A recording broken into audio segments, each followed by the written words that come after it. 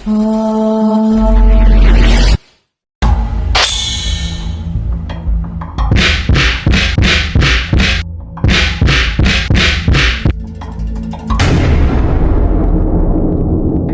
boxing ay isang karaniwang palakasan sa Mexico at Pilipinas. Ang mga boksingerong Meksikano at Pilipino ay kilala sa kanilang ipinapamalas sa tapang, husay at talento sa loob ng boxing ring. Sa Mexico, ang boxing ay isang sakral na palakasan na batid ng bawat tao. Kilala ang mga boksingerong Meksikano sa kanilang kakayahan na makipaglaban na walang takot kahit sa harapan pa mismo ng matinding kalaban. Sila ang namamayagpag na kampiyon at binibigyan ng respeto ng kanilang mga kababayan. Sa kabilang dakong sulok naman ng mundo, ang Pilipinas ay dating nagkaroon ng maraming kampiyon sa boxing na nagdala ng labis na karangalan sa bansa. Mga boksingerong Pilipino na tulad ni Manny Pacquiao, Nonito Donaire at Jerry Peñalosa ay nagwagi ng mga titulo sa iba't ibang dibisyon ng boxing. Sila ay kilala sa magandang teknikang pagsugod at marahas na mga suntok na nagbibigay sa kanila ng malaking tagumpay. Marami sa mga boksingero natin ngayong Pilipino ay nangarap din na maging tulad nila o maging isang world champion. Tulad din ng isa pa nating pambato na si Alvin Tam, Tubong Kapangan Benguet. Hindi pa man naging world champion ngunit minsan nang humawak ng WBC Asian Council Continental title. Nang talunin nito ang kapwa Pinoy na si JR Idorot via technical knockout. Sa ngayon, ito ay may kartadang 15 wins, 6 losses at 5 knockout. Sinasabing napakadelikadong kamao at hindi basta-bastang boksingero. Alvin Tam, he's got the whole package. He's exciting to watch as a boxer. He's a gentleman. He's pleasant. He's the kind of guy you could have babysit your kids. Kaya naman, isa ito sa kinakapanabikang lumaban sa bansang Canada dahil sa kanyang mga epektibong galaw at mabibigat na suntok. Sa katunayan, isa ang laban ay nabangan doon ay ang laban niya kontra sa pambato ng Mexico na si Rolito Romero.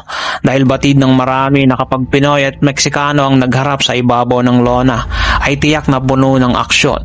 Hindi naman binigo ng Pinoy ang mga tagapanood dahil nasaksihan ng lahat ang magandang laban na ninanais ng mga banyagang manonood. Narito at ating panoorin ang kanilang naging sagupaan. Ngunit bago natin simulan yan ay kung maaari sana paki-like and share ng ating video at paki-subscribe ng ating channel. Maraming salamat. Sa unang rounds ay pakitang gilas kaagad ng Meksikano sa kanyang mga fake punches. An incredible chin. Habang ang ating pambato ay hindi naman basta-basta nagpapadaig at hindi nagpapasindak. Sa tuwing umaatake ang Meksikano ay agarang gumaganti ang ating pambato. Asian Boxing Council in his last fight and now fourth another big winning streak, and he will do so if he continues to punch like that. Lots of power coming from Alvin Tam. Tam may not have the reach, but as you mentioned, he's got the power. So hopefully he's going to continue to press forward. But I hope Portillo in tight, eating some shots from Romero to get one in return. Every one of Alvin Tam's fight, he does not throw that many jabs. He is a power. Nice guy, professional athlete. He with every single punch, but by Alvin Tam landed. And a straight right coming from Ruta. Great body shot, followed up by a straight jab there from Rutillo Romero. Nice short combination by Alvin Tam with the up and call. Dito sa ikalawang rounds ay nakafocus ang Meksikano sa pagpapatama sa katawan ng ating pambato. Ngunit tila pinapagpag lamang ng ating kababayan ng mga body shots na nanggaling sa Meksikanong kalaban. The second cut out for him with Romero here. So I do, as we mentioned before, gave that first round to him, but Alvin's looking to make his own exclamation mark here early in the second. Right hand that comes from Alvin Tam, and a big power punch left that misses. Now an inside body shot as both fighters land inside. That uppercut landed.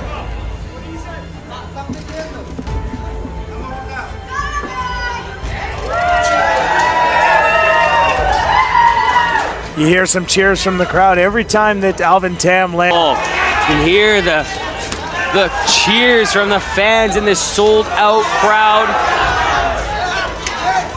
Both fighters are landing to the body, and when they do land to the body, they're landing right on that belt line.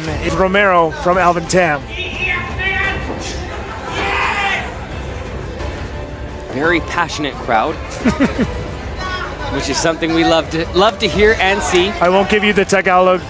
Sa ikatlong round ay grabe ang pagpapakawala ng mga power punches ng ating pambato. Ngunit ang Meksikano ay napakaganda rin ng mga counter punches na kanyang pinapakawalan na sadya namang nagpapainit lalo sa bakbakang ito. Combinations of, and some return combinations from Retiro. You know, Alvin, every punch is intending to hurt. He definitely drops that hand when he comes in hard with the swooping punches, and there's an example of Romero capitalizing on him dropping those hands. And both landing. Alvin Tam has a very tough chin as well. Both fighters are tough and used to taking damage.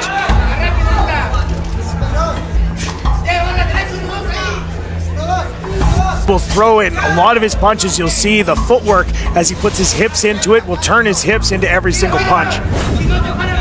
Head, Alvin calling for that touch of the gloves. Romero doing, turning it off again.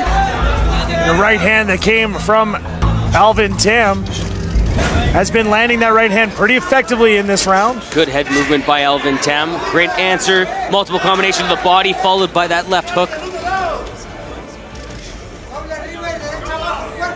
Toe to toe, both fighters trying to create angles with the shoulders. Heard that one. Oh, huge shots landed by Alvin Tam.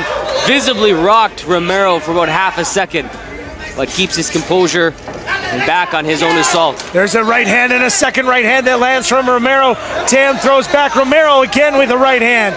He's landed 3 good right hands in a short time. There's a short jab by Alvin Tam. Both fighters landing significant strikes each time. Man, this is a close one. A punch lands to the body, a return from the head from the opponent on either side. So far tonight, both fighters leaving their own exclamation point. See, and I always ask this question about any time that you get hit really well and a boxer will step back and say, hey, is that all you got? But all you're doing is indicating to the judges that you just got hit. And sometimes the judge can't see the angle, whether someone gets hit or not. And by giving them an indication, there's a right hand that rocks Romero. It's just, I've never understood it. To me, I agree with you. It's acknowledging the shot to the judges. And although there may be... Patuloy sa pag-atake ang Meksikano sa round na ito. Sa kabila ng mga power punches na tinanggap nito galing sa ating kababayan. At tila masyadong dikit ang bakbakan sa pananaw ng mga hurado sa pagkakataong ito dahil sa ganda ng ipinapamalas ng dalawang boksingero. Start to see a little bit of the damage forming underneath the eyes of Romero. Might be a bit of scar tissue that's swelling up from the years of being a professional boxer, but... Left hand that lands, nice setup by Tam. Good return by Romero, and then a right hand by Alvin Tam. There's a good left hand from Romero, returned by 3 good punches that land from Alvin Tam. An overhand right from Romero that lands. Now Tam coming back. Sa pagpapatuloy ng rounds na ito ay bigla na lamang nagbitaw ang ating pambato ng isang uppercut at sinundan ng kaliwa na siyang sumabol ng malinaw sa kalabang Meksikano. Oh, that is a knockdown punch, and that is a massive shot by Alvin Tam. He caught Romero leading. Romero looking at his corner. He's up to 7, now 8. Now. Nakabangon pa naman ang Meksikano sa 10 bilang ng referee. Ngunit tila napansin niya na hindi na kayang lumaban at dito na pagpasyahang itigil na lamang ang nasabing laban. The other direction, that is a clear sign. Alvin Tam, the victor. Unbelievable fight. An amazing.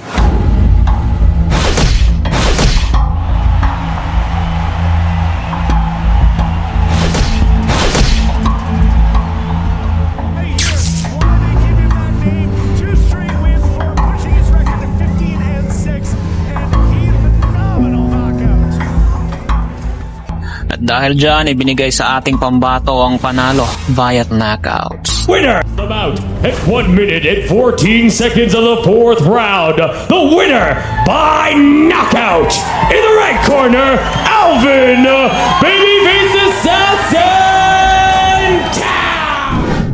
At At dahil umabot ka sa dulo ng ating video ay isang trivia muna patungkol sa ating bidang si Alvin Tam.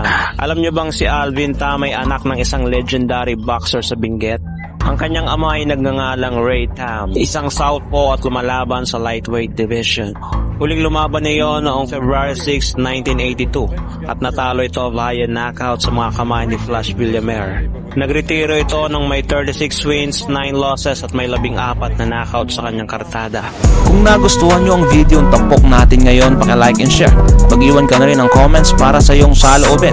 At kung bago pa lamang dito ay paki-subscribe at huwag kalimutang pindutin ang notification bell button para updated ka sa mga umaatikabong videos tulad nito.